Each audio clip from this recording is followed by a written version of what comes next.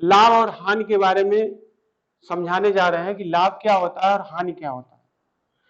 देखिए, लाभ में क्या होता है, जब हम कोई चीज बाजार से लाते हैं, मान लीजिए हम 2 रुपए या 4 रुपए कोई चीज लाए और हमने इसको किसी व्यक्ति को या किसी लड़के को, वो 4 रुपए की चीज थी उसको हमने 6 रुपए में दे दिया, तो हमने वहां खरीदी कितने में, 4 रुपए में, बेच दी हमने 6 रुपए में, तो हमें 2 रुपया लाभ हुआ, यानी वो फायदा हो गया हमें।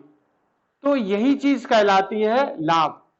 और जब हम किसी वस्तु को 10 रुपए में खरीदें और 8 रुपए में बेच दें, तो यानी यहां पर हमने क्या खरीदी तो ज्यादा में और बेच दी कम में, यानी हमने 8 रुपए में बेची है कोई चीज और 10 रुपए में खरीदी, तो हमें 2 रुपए का क्या हुआ, घाटा हो गया, नुकसान हो गया। तो ये चीज कहलाएगी लॉस, इसको हिंदी में कहते हैं हानि। यानी हानि का मतलब क्या होता है, 2 रुपए का हमें नुकसान हो गया। अब इसको कैसे याद रखेंगे, इस चीज को याद रखेंगे, कोई वस्तु जितने में खरीदी जाती है उसे क्रय मूल्य कहते हैं, और कोई वस्तु जितने रुपए में बेची जाती है उसे विक्रय मूल्य कहते हैं। तो क्रय मूल्य को इंग्लिश में कहते हैं कॉस्ट प्राइस और इसको कहते हैं सेलिंग प्राइस, इसका मतलब होता है विक्रय मूल्य। नेक्स्ट है, देखिए, कोई वस्तु जितने रुपए में बेची जाती है उसे विक्रय मूल्य कहते हैं, ठीक है। अब नेक्स्ट देखिए, लाभ कब होता है, लाभ की स्थिति क्या होती है, लाभ में एक कंडीशन लगी होती है, जब क्रय मूल्य कम हो और विक्रय मूल्य अधिक हो तो क्या होता है, लाभ। और हानि में क्या कंडीशन होती है, जब क्रय मूल्य अधिक हो और विक्रय मूल्य कम हो। जब विक्रय मूल्य कम होगा तब क्या हो जाएगा, हानि हो जाएगी। इसका फार्मूला है क्रय मूल्य माइनस विक्रय मूल्य, ठीक है। अब नेक्स्ट देखिए, अब किसी सवाल में ये पूछा जाता है या लाभ या हानि हुई है तो वो ये पूछ सकता है कितने प्रतिशत हुई है, तो कितने प्रतिशत का लिए फार्मूला है ये, अगर लाभ हो रहा है तो यहां लिखिए लाभ गुणे 100 बटे क्रय मूल्य। इंग्लिश में कहते हैं profit into 100 upon cost price. Cost price का मतलब होता है जितने में कोई वस्तु खरीदी जाती है। तो ये हमारा फार्मूला हो गया परसेंटेज निकालने का। लेकिन परसेंटेज तभी निकालेंगे जब पूछा जाए, ठीक है। अब देखिए, हम एक उदाहरण दे रहे हैं यहाँ पर। ये उदाहरण ये है, एक दुकानदार ने एक टेलीविजन सेट 20,000 रुपए में खरीद कर उसे 25,000 में बेच दिया, तो बताओ दुकानदार को कितना लाभ हुआ।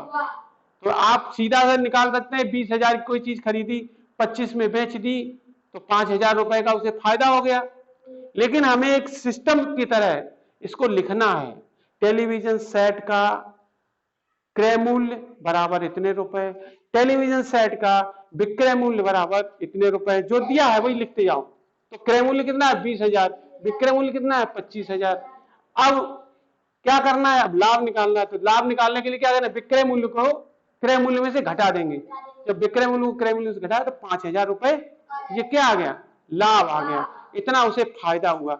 अब कह रहा है इसका लाभ प्रतिशत ज्ञात करो, तो इसका एक फार्मूला होता है लाभ गुणे 100 बटे क्रय मूल्य, या profit into 100 upon cost price.